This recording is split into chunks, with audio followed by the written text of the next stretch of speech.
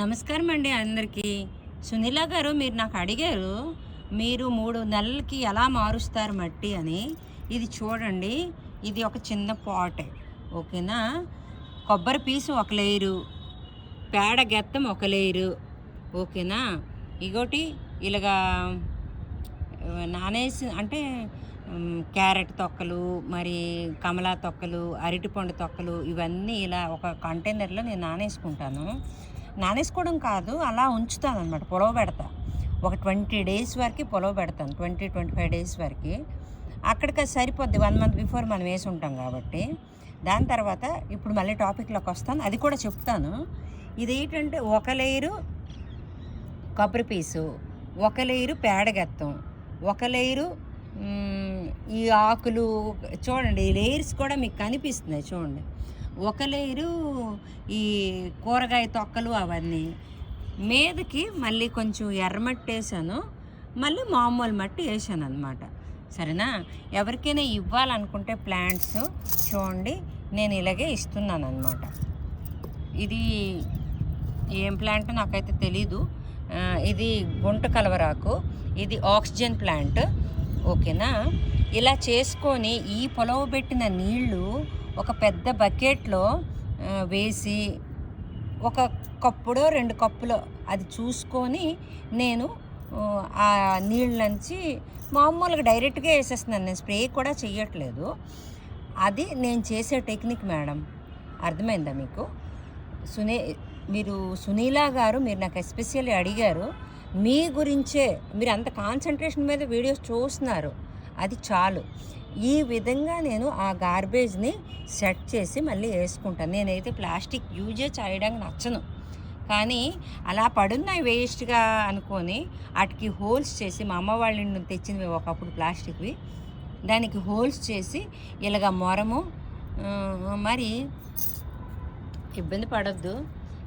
మన mulberry health benefits చెప్తా చూడండి. ఇంకా చిన్న చిన్న ట్రిక్స్.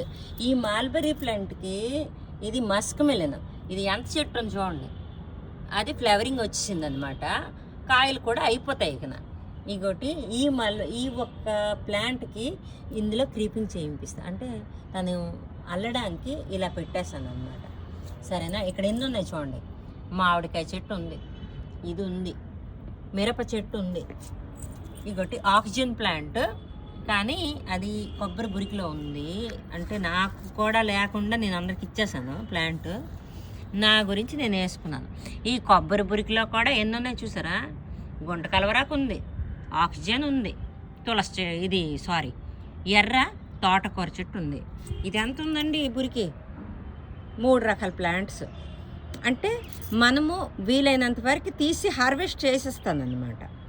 అదే వీడియో అలా చెప్పుకుంటూ పోతే లెందీ అవుతుంది, కానీ కాన్సెప్ట్ మీకు రీచ్ అవ్వాలి అంటే నేను చెప్పక తప్పదు. సరేనా. చూసారా నా బ్లూమింగ్ ఫ్లవర్స్? ఇంతేనండి. ఇంకేదో చెప్పబోతుండోనండి, ఎందుకో ఇక్కడికి వచ్చాను చూడండి. ఇది అవుతుంది, ఇది లెగుస్తుందో లేదో నాకు తెలియదు. దీనికి ఏమంటారు, బ్రొకోలీ చెట్టు అనమాట.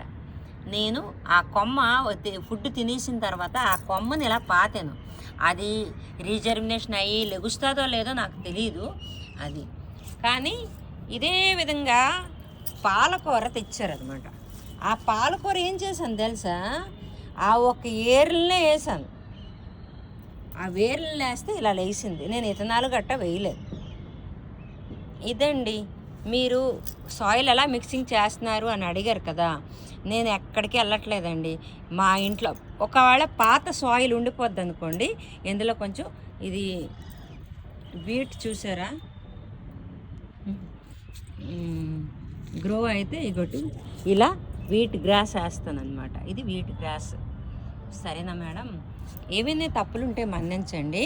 ఆ మట్టిలో ఏడు చెప్పాను మీకు, సగం పాత మట్టి మాత్రం నేను వేస్తాను, ఓకేనా. అదే అండి కొన్ని ట్రిక్స్. ఒకటి, కొంచెం పురుగు పుట్రా పడితే ఏం చేస్తానంటే, కుంకుడికాయ అను మేడం గారు చెప్పారు, సిటీజీ లీడరు, కుంకుడికాయ పుల్లని అందులోన పూర్తిగా వాడేసిన తర్వాత నేను చాలా ఇటుకి యూజ్ చేస్తాను, అందులో వేసేస్తున్నాను. నాకైతే కనిపిస్తే కొంచెం చీమలు కనిపిస్తున్నాయి, మరి తిన్నే ఒక జీవి అని వదిలేస్తున్నాను. కానీ బాగానే ఉందండి నాకు రిజల్ట్ అయితే. ఇంతటితో సెలవు తీసుకుంటున్నాను. ఏమైనా తప్పులు మన్నించండి. సునీల గారు ఎస్పెషల్లీ మీ గురించే ఈ వీడియో అండి, చూడండి. ఉంటాను, లింక్ పంపిస్తాను.